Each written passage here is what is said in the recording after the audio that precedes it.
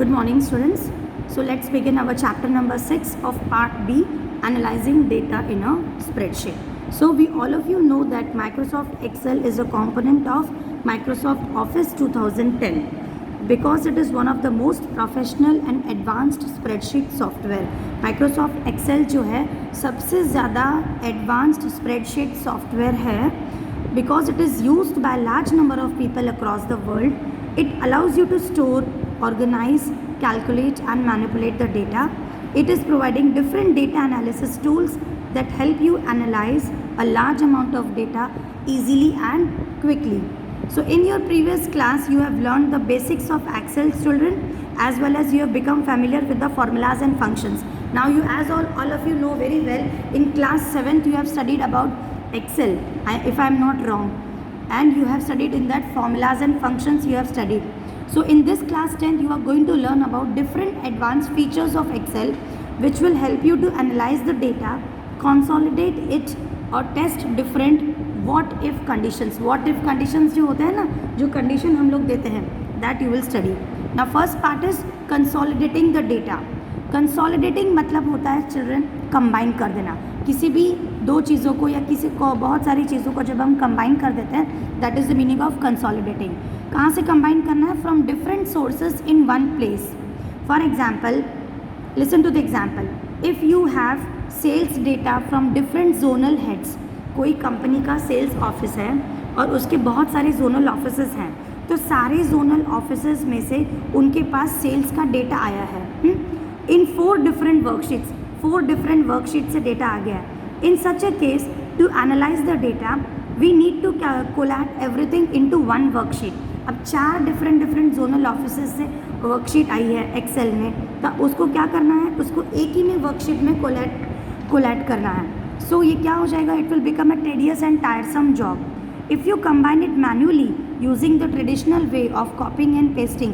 आप लोग बोलोगे मैम हम लोग कट कॉपी पेस्ट करके कर सकते हैं. That is the very traditional way children. तो बहुत टेडियस और टायरसम वर्क हो जाएगा. सो एक्सेल हमारे पास नया फीचर लेके आया है. It is providing the consolidate feature. कौन सा फीचर है? Consolidate feature. इससे क्या होगा? You can collate the data with the minimal efforts. It selects the contents of the cells. मतलब ये क्या करता है? सेल में से कंटेंट सिलेक्ट कर लेता है सारे वर्कशीट्स में से और maintains the collected data in a easier manner work in a master worksheet. समझ में आया सबको what is the feature और what is the work of consolidate data? It will select the contents of the cells. Cell के अंदर ये देखो, ये सेल होता है कि नहीं? All of you know what is the meaning of cell. इसमें जो भी डेटा है या इसमें जो भी कंटेंट है, what it will do? It will select the content from the cells from several worksheets, जितनी भी worksheets हैं, and maintains the collected data in a master worksheet. और सारा डेटा कहाँ पर मेंटेन करेगा? In one master worksheet. Now let us consider a scenario where a sales manager of an automobile showroom. आपके पास एक एग्जांपल है, एक ऑटोमोबाइल शोरूम का सेल्स मैनेजर है और उसको कैलकुलेट करना है कि total car sales in the first quarter में, मतलब पहले 3 मंथ में 2020 और 21 में, फर्स्ट 3 मंथ्स में कार की सेल कितनी हो गई थी. So the sales data of the first quarter of both the years have been stored in the separate worksheets with the names 2020 and 2021. देखो, first quarter sales of 2020, first quarter sales of 2021. First quarter मतलब starting के 3 months की उनकी sales कितनी है. See cars, how many columns? Cars column is there. Then first 3 months, first quarter मतलब साल के स्टार्टिंग के 3 मंथ्स हो गए. सो कार के नाम January, February, March, and then in the 2021 also cars. Now the names of the cars: Porsche, Audi, BMW, Cadillac, Chevrolet, Datsun, Ferrari, Ford. सारे cars के नाम, मतलब इतनी कार उसके शोरूम में है. जनवरी में इतनी सेल्स हुई, फरवरी में इतनी सेल्स हुई और मार्च में इतनी सेल्स हुई. 2020 की फिगर्स है और ये 2021 का फिगर्स है. To sum up the data of both the worksheets. इन दोनों भी डेटा को एक साथ करने के लिए हमें क्या करना है? You have to consolidate them using the following steps. What you have to do? सबसे पहले open the workbook in Excel. Open the workbook in Excel and enter the data of the first quarter sales of 2020 in sheet 1. आप आपको सबको पता है sheet 1 और sheet 2 क्या होता है, सबने एक्सेल खोला हुआ है, तो एक्सेल में जाके शीट 1 में पहले आपको ये टाइप करना है और शीट 2 में आपको 2021 का डेटा टाइप करना है। Then next thing, see enter the data in sheet 1, मतलब इस तरह से आप डेटा इन टाइप करोगे। Students, these are all the practical work for you, all of you do this. Then enter the data in sheet 2, click on the sheet 3 tab. Now sheet 3 is also there, you have to click over there और उसको rename करना as consolidate data, क्योंकि आपने उसमें data पूरा consolidate करके उसमें रखना है ना, तो आपको उसमें नाम देना होगा consolidate data 2020 and 2021. This is the work that you have to do. Then enter the headings and names of the cards in sheet 3 as shown in the figure 6.4. अब देखो sheet 3 में आपको इस तरह से headings लगा देनी है। 6.4 figure is this, enter headings in sheet 3। आपको शीट 3 में क्या करना है, सबसे पहले शीट 3 को रीनेम करना है और क्या देना है, कंसोलिडेट डेटा 2020-21, और इस तरह से हेडिंग्स बनानी है, कार्स, जनवरी, फरवरी, मार्च। The consolidate dialog box appears as seen in this figure 6.5। See just see in the figure 6.5, this is the consolidated dialog box, ठीक है। In the function drop down list select a function, जो function drop down list है वहाँ पे एक function select करना है। For example, to get the sum of the data of both the worksheets, दोनों भी वर्कशीट्स का टोटल हमें चाहिए, तो you have to what, you have to get the sum of the data of both the worksheet, select the sum function, select the sum function, click inside the reference text box, यहाँ वहाँ पे आपको कहाँ click करना है, reference पे।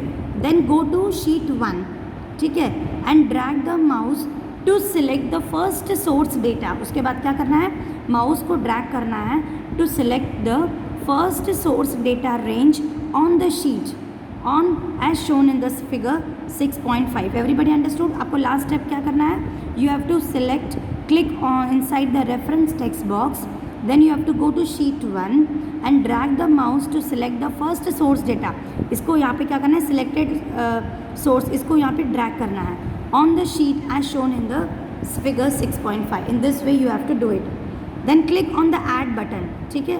उसके बाद देखो यहाँ पे add की बटन दी हुई है कि नहीं, this button, you have to click on this add button. The selected range is added in all the references list box. What will happen? This selected range will be added. Specifying source ranges. See, consolidate data of sheet 1 and sheet 2 in sheet 3. See, in this way it is going to appear consolidate data, और क्या आ जाएगा, देखो जनवरी में sales Audi का total कितना था, जनवरी में it was 200 in 2020 and in 2021 it is how much, 678। So here it is how much, just see, दोनों को ऐड कर दो, 678 plus 200 it is 878।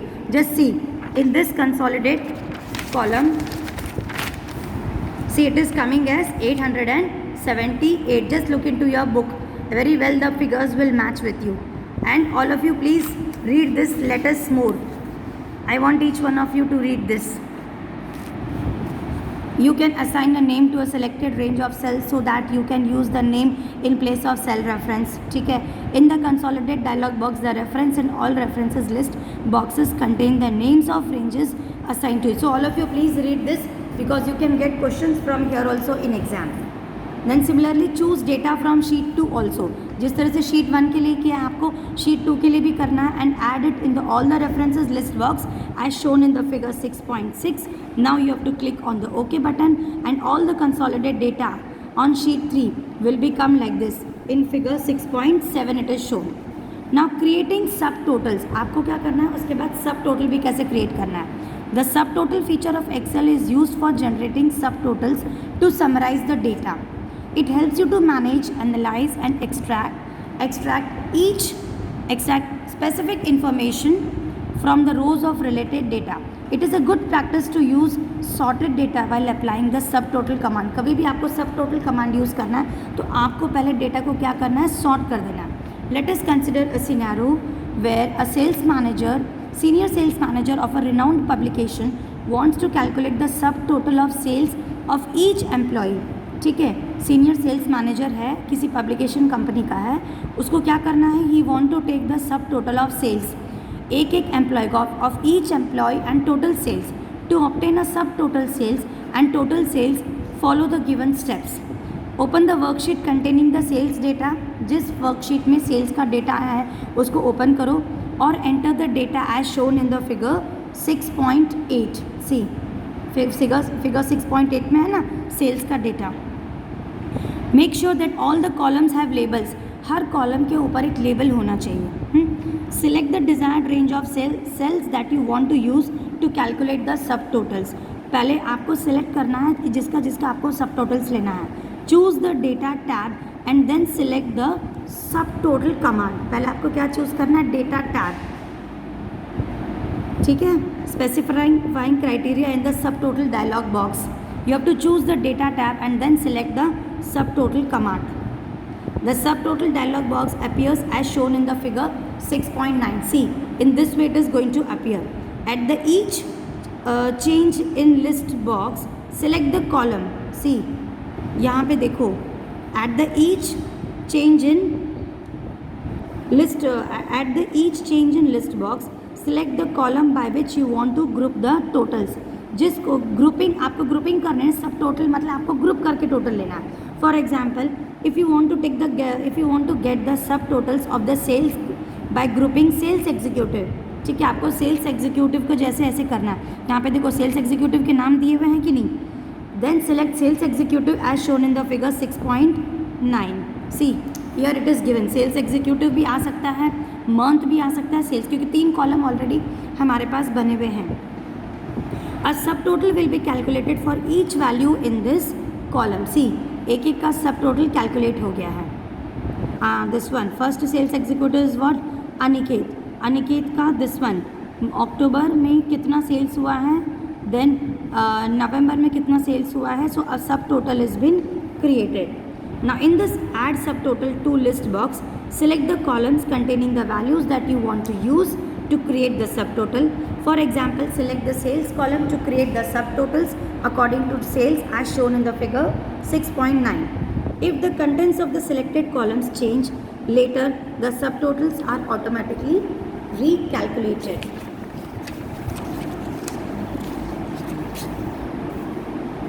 Now, in the use function list box, select the function that you want to use to calculate the subtotals. For example, to get the total sales of each employee, you have to select the sum function. एक employee का total sales आपको देखना है तो आपको क्या करना है? You have to click on the sum function as given in the figure 6.9 and then उसके बाद आपको ओके बटन पर क्लिक करना है. तो क्या मिलेगा आपको? Sub total of the sales executives and grand totals of the sales executives की सब टोटल और grand total of the sales column will appear on the worksheet as it is shown in the figure 6.10. Now next is what if analysis tool. This we are going to begin in the next class.